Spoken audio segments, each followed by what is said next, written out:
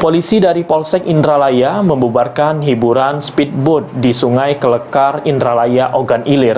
Langkah ini dilakukan agar tidak terjadi hal tidak diinginkan di lokasi hiburan. Petugas Polsek Indralaya akhirnya harus membubarkan hiburan warga di Hari Raya Idul Fitri, yakni hiburan speedboat yang biasa digelar warga setiap Hari Raya Idul Fitri di Sungai Kelekar Indralaya. Pembubaran ini sendiri dilakukan karena speedboat tidak memiliki life jacket, sehingga polisi tidak inginkan adanya kejadian dan akhirnya membubarkan.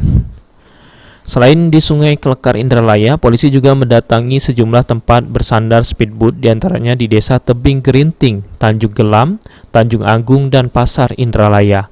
Para penumpang yang sedang naik speedboat diminta turun dan pengelola speedboat diminta bubar. Walau sudah dibubarkan, namun beberapa speedboat terlihat masih melakukan hiburan tersebut kepada warga sekitar. Ahmad Romawi, PAL TV.